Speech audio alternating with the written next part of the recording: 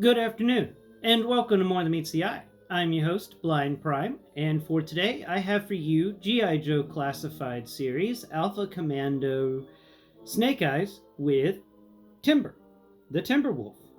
I know, really, really clever naming scheme there with Timber. Wow.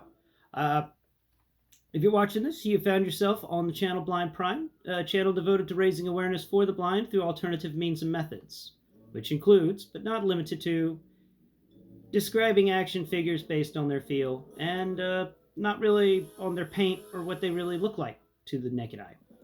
It's a blind review with Blind Prime. So let's get into it. I think that these two figures are really, really quite amazing, and we'll get into their accessories and whatnot. But first, we're going to talk about sizing. So I have with me my good friend here, Cobra Infantry. We're going to set his gun off to the side. We're going to put him back to back with Snake Eyes. And hopefully I haven't screwed this up. There we go. Straighten yourself out, Snake Eyes. And straighten yourself out, Cobra Infantry dude. Switch you over to the side here. And remove that helmet. Come on, man. Can't hide how tall you are with a helmet. As you may or may not be able to see, Snake Eyes seems to be just slightly taller than Cobra Infantry. Just a bit. Just a smidge. Then again, it could be my terrible measuring style, but I still think that, yeah, Snake Eyes is a bit taller than Cobra Infantry. There we go. Alright, here's a nice side-by-side comparison. There we go. If you can see that, that's cool. Cobra Infantry is a really fun figure, and I absolutely adore him. I recommend getting a Cobra Infantry. Just set him off to the side. He's done with the video. And let's talk about the accessories, because everybody loves accessories. I love accessories. And we'll discuss them. So first off, we'll raise his arm up here so it's out of the way. We'll talk about his pistol and his... Actually, we'll work on his knife first. So move this arm up too. We're just going to have him like scratching the back of his head with both of his arms. So we get this on his left leg. We've got this knife holster that's a bit tight. Oh, it's a tight holster. But you get this really, really nice. I don't know what color it is, but it's made out of some very high quality plastics. It's a Bowie knife. Okay, Snake Eyes, please stay up. Thank you. Okay, this is a Bowie knife. It's got the ridges on one side, and it's a really big Bowie knife. Definitely a weapon to use in the wild. It's more machete than Bowie knife. Is this what would happen if a machete and a Bowie knife had a child? I think so. Like, this is wild. Not as big as Cobra Commander's sword, but up there with the ranks of biggest knives. We're going to set it back in there. And it fits very, very snugly into this holster on his side. Like, incredibly so. It's almost one piece when you pull it out. It just... Either way you put it in there, it fits very snug and very tight, and I think that's really nice. I really appreciate it when there are holsters that fit so snug and tight nothing rattles when the figure shakes or falls off the shelf. Like, last thing you want to do is go searching for a pistol that fell out of the holster when the figure falls off the shelf in the middle of the night. You know, Lord knows what the cats have done with it after that. On his other leg, on his right leg, his right thigh, we have a pistol in its holster. It's a very nice pistol in a very nice holster. Stay up straight. Stay up straight. We're still talking about you. Stand up straight. Okay. Move your arms over there. With that center of your gravity. Yes. No, it won't. No, it won't. Because for some reason, you are just deciding not to stand up straight today. These G.I. Joe figures are really weird about being back heavy. So you got to be careful with that. All right. This pistol that Snake Eyes comes with is a unique pistol. I haven't come across one like it yet in the ones that I've purchased, but it feels a lot like a more modern day version of the type of pistol that Megatron transformed into. I don't know if that's true or not, but the top of it has very Megatron-y feels to it. And it's a very cool pistol, and I do like it. I think it's cool that we finally get a different type of pistol in there for our Joes. They've all generally had the same sort of pistol, but it slides into its holster nice and steady. And then next to it, in the holster, is... oh, I might as well keep the pistol out for this. And grab the pistol back out. We can then use the top of our fingernail to push on the top of this silencer. It's got its own little rounded holster that you can shove it into, and it's a very, very tight fit. But the gun here, all right. Are you going to stay standing, or are you just going to... okay, stay right there. Stay right there. Okay. Damn it. All right. So, the pistol here can fit into the silencer on the edge really nicely. That's a cool little thing. You can combine them together. I thought that was kind of neat. I also was amazed by just how they did that. That was cool. And then the Uzi here, because we can just move from the pistol. Let me go ahead and put that back into his holster so we don't lose it. He keeps falling all over the place. All right, there we go. Slide it back in there. There you are. All right. We're just going to lay him right there. He'll be all right. Next up is the Uzi. Where's the Uzi? Where's the Uzi? You're not the Uzi. Up, come here. There it is. The Uzi he has, which I assume this is an Uzi. It's got a little trigger on it, and it's got a very long ammo container. But sadly, this ammo container does not get is not removable. The same with the pistol. But just like the pistol, though, you can take this silencer and shove it onto the very end of the Uzi. And there you go. Now you have a silenced Uzi. You can be like the Yakuza. Choo-choo-choo-choo-choo. All right. We'll put the Uzi back. The Uzi to put back is find the knob at the end, the one that sticks out a bit more, the ridge area, and that's going to go in first. And you're just going to slide it in from the underneath. As soon as you find where it is, there it is. All right, so you just slide it in from the underneath. And what I like to do is I like to keep the bottom of the silencer, and best way to slide it in is just to use your fingernail on the top and just push it up. But keep the bottom level with the bottom of the pistol so that it, at least that's how I do it. And it stays in there pretty solid. It's hard to get him out of there.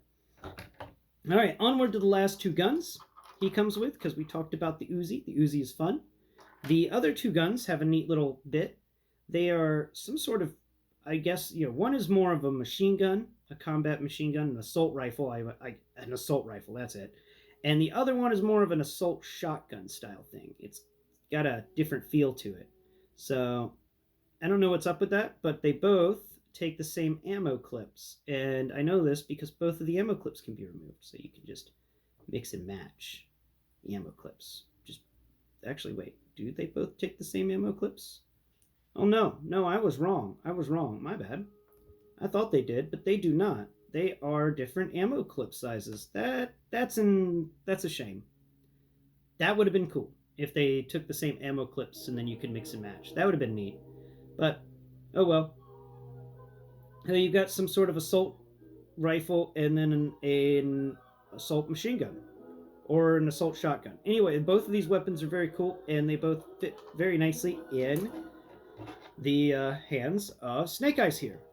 Snake Eyes, when it comes to his molding and everything about him, is he's very close to Beachhead. If you have a Beachhead figure, then you know about the range of his articulation. So it's about base range for most of the figures. He does not have much of a... He doesn't even have a butterfly joint for his shoulders, which I'm saddened by. It would have been cool to get a butterfly joint there. But he does have the double elbows, the double jointed elbows, the nice hand articulation. Too bad the fingers can't move, but the wrist can spin around, and his left wrist can move up and down, and his right wrist can move side to side. All right. His legs have the same articulation as the Beachhead legs. And the feet are amazingly articulated. You can do all sorts of things. I can't wait till we can get a lifeline or another one of the medics from GI Joe, and then you can do fun things like twist their foot all around and have it completely messed up, and have the medic working on it. So you can do some fun things with these guys. Texture-wise, they did an amazing job with this. I'm always happy. I haven't come across a GI Joe yet in the classified series that I'm like they skimped out on the texture and I hate it. They did some really nice texturing on the arms. It feels very similar to the type of armor that Baroness was wearing, so it's sort of stretchy, and you can feel that there's different pieces of fabric in there, like different lines of fabric. And wow, they did not skimp out on the texturing. There's a little pocket thing on each of his shoulders. I thought it was armor, but it's got a little button press thingy in the center, so I don't know what that is. And on the front of it, he's got this cool harness that fits over his entire body. On the front of it, there's this bulbous thing that sticks out like the eye of a fish, and I think that's a sensor network that allows him to keep in contact with his mission team, and they can, the people at the computers, they can stay there and observe everything that's going on from this little eyepiece. At least that's my assumption, and they can keep him updated on what's around him that he may be missing, because what's a special forces soldier without the special forces operators behind them, giving them all the intel they require in order to complete their missions? And then there's some thick texturing around his midsection, which does cut out a bit of that midsection bend, because he does have the ability to do some midsection posability, except that this thick vest in the front does hamper that a lot. Though the texturing's nice, you definitely feel it's some sort of Kevlar material, and it's layered on, and then he's got some layered on hard body armor underneath it. And his legs have the same sort of texturing to them. The knee pads he's got feel cool. He can go all the way up and down. He's got this belt pouch all around his waist that's attached to the harness that he wears. And what I like to do, there's this big pouch on his back, right above his right buttock. And what I like to do is slide the pistol and the silencer holster combo right underneath that to help kind of lock it into place. And yeah, he's got his holster for his Bowie knife on his left leg, and it's got two straps on it that stretch all the way around. You can feel that they did some sort of leather or artificial material texturing around that, which is really nice. And of course, like all G.I. Joes, he's got the texturing on the bottom of the boot. This dude's made some pretty high quality plastics. Hasbro has not skimped out at all with the plastics. So we're gonna set him off to this. Before I forget, Snake Eyes is unique in a lot of ways. If you're someone who hasn't ever seen, he's got this solid black skin tight headgear he wears, which is just like he put a sock over his head. And then he's got this ridge that runs across his face from ear to ear that it's got, if I remember right from the comic, it was just a bunch of pieces of metal with a slit in the middle that he could see through. And it's a protection for one's eyes from like swords and stuff.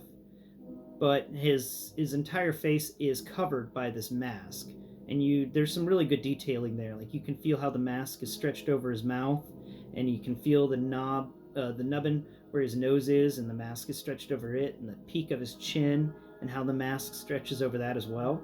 Like, this is a very unique figure. Every time I come across him on the shelf, I immediately touch the head and like, oh, it's Snake Eyes. So he's got a unique head sculpt, and that's something to notice. I was thinking that they would have done the Snake Eyes without the face covering for Commando Snake Eyes, but this is still pretty cool. Alright, we'll set him off to the side and get into the main feature of this set. The reason why you can't find... Oh, what did you have in your mouth? A snake head? Oh, aren't you a snake eater? Yeah, yes you are. Who's a little snake eater? Oh, you are, Timber. Yes, you are. Okay. We'll set the snake head off to the side.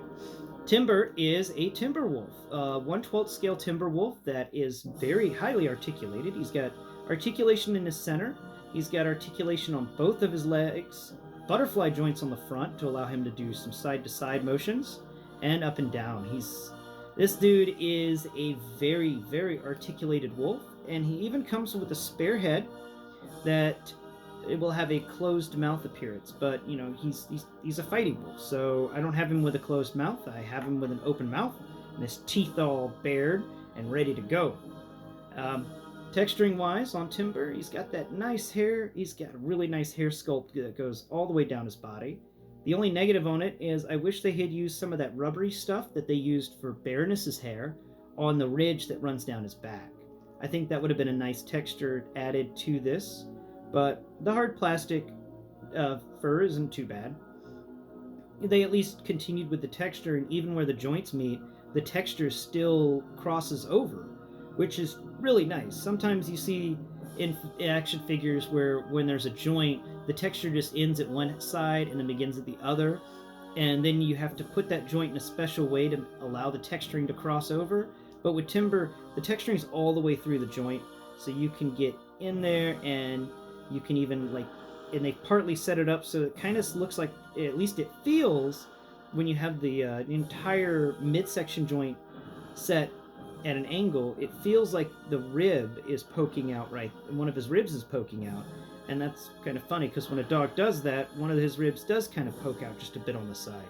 So that was a cool little bit where they turned something that they had to do for the figure into a feature for texture reasons, which is really nice. And this is a highly, highly posable thing. He's got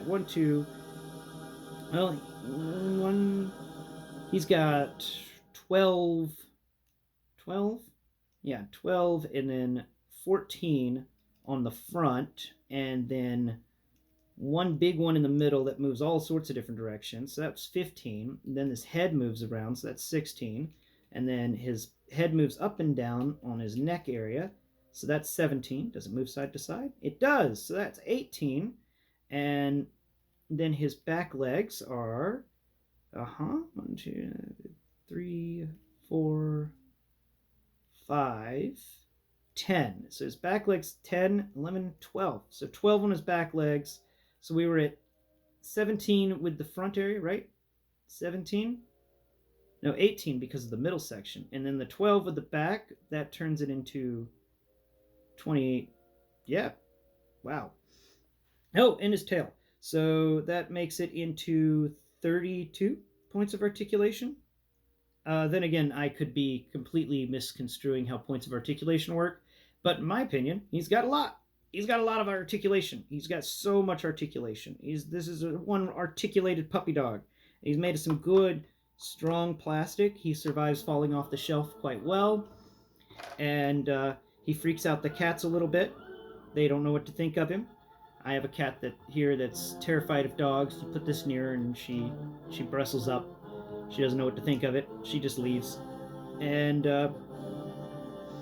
there's a little bit of a warning with the Commando Snake Eyes with Timber, and that's Timber himself. And the warning is in the fact that Timber is such a good 1/12 scale Timber wolf that everybody wants one for their 1/12 scale collections. If you got people that like to make landscapes, 1/12 scale landscapes, they're going to be buying these Timbers. If you got people that collect X-Men stuff and they want Wolverine to run with a wolf pack or Sabretooth to run with a wolf pack, they're going to be getting this guy.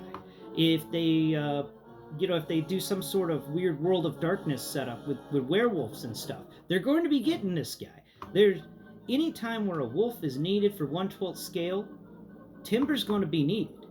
And this makes it very difficult for us G.I. Joe classified people, is that Timber is sought after. We have a G.I. Joe classified figure here that is sought after by more than just our community and by more than just the scalpers. It's sought after by many people, and these people want them in multiples. A good wolf pack is like 5 wolves, so you're going to get 5 Timbers. And just letting you guys know, Snake Eyes with Timber may be a difficult figure to find, and that's just because Timber is so amazingly useful that he's become a utilitarian figure in the sense of he can be used for many, many, many different dioramas and collections. But anyway, guys, I've blathered on long enough about Alpha Commando Snake Eyes with Timber. What do you guys think of them? Let me know in the comments below, and tune in next time as we discuss G.I. Joe Classified Series, Zartan. Until next time.